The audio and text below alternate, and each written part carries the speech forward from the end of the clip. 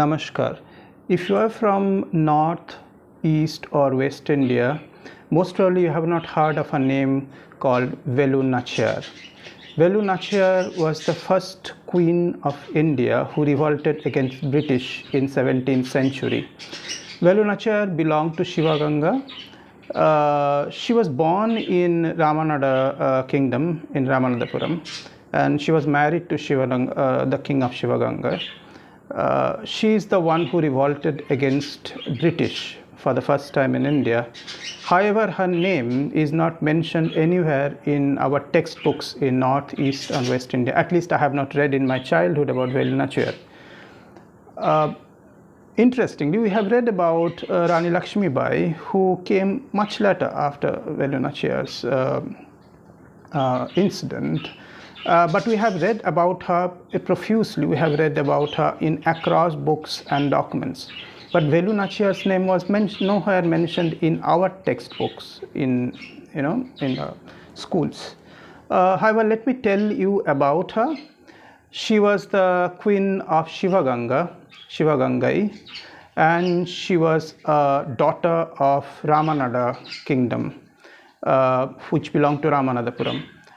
Shivaganga was a small state who fought against British for the taxes. In fact, it was not British. They fought against the Prince of Arcot, the Nawabs of Arcot as such. Arcot was under the British rule, and they used to collect taxes for East India Company, and Shivaganga denied to pay it. So the king of Arcot, the Nawab of Arcot, along with the other forces, attacked Shivaganga and destroyed the city, plundered the city, and then they have captured around the wealth of jewelry. At that time was around 50,000 pagodas. Pagodas were the currency of that time. One pagoda was almost like 4 rupee. It was recognized by the British, French, Dutch, everyone. Half pagodas, full pagodas. We'll come back to pagodas sometime in other video. But let me talk about Velu Nachiyar. Once attacked, her husband was killed in the war, martyred in the war, and she and her daughter escaped from there, and then they went into a place called Virupakshi. The king of Virupakshi gave them a shelter, and then many others decided to support her, including Maradu brothers. We'll talk about Maradu brothers also in another video. And then the queen raised an army, and then she took a technique also, a tactics where she was not settled in one place. She roamed around across to escape from British, and she raised her army. The army was entirely or majorly led by the female who was mostly tortured or affected by the British rule. The army was called, very interestingly, it's called as Udyal. The name Udyal of that army, Udyal Women's Army, also came from a very interesting incident. When Velu Nachiyar and her daughter was running away, a cow shepherd called Udyal, she's the one who saw them but never reported this to British. So British killed Udyal in this whole incident, and Velu Nachiyar took that name to name her army.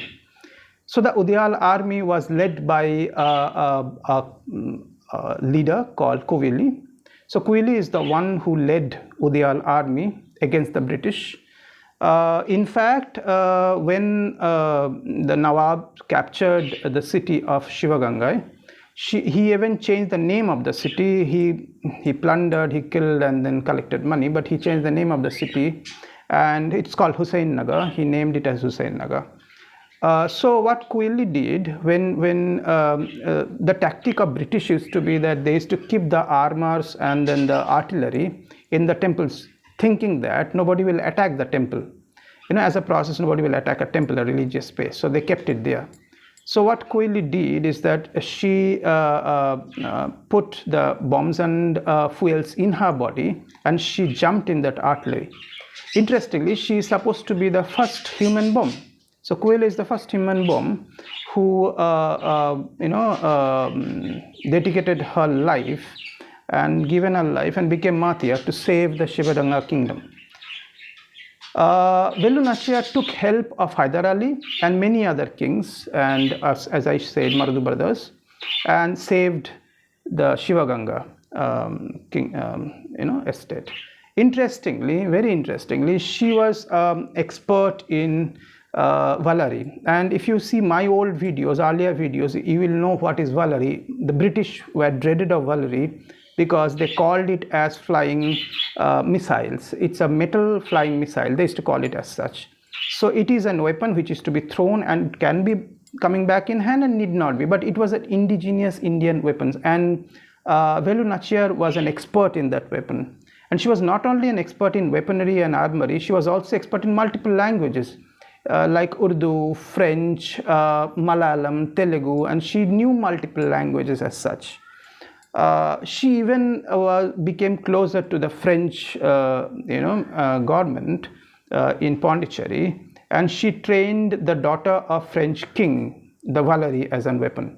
So you should think at this moment why in our textbooks we never heard of Velu Nachiyar, and why it is whitewashed from our history, the national history as such. Read more about Velu Nachiyar, know more about the history of East, West, North and South, and get back to me if you have any other questions. We'll talk about many of these insights in the future videos also. Namaskar, my name is Kaustav Sengupta. I'm an academician from India.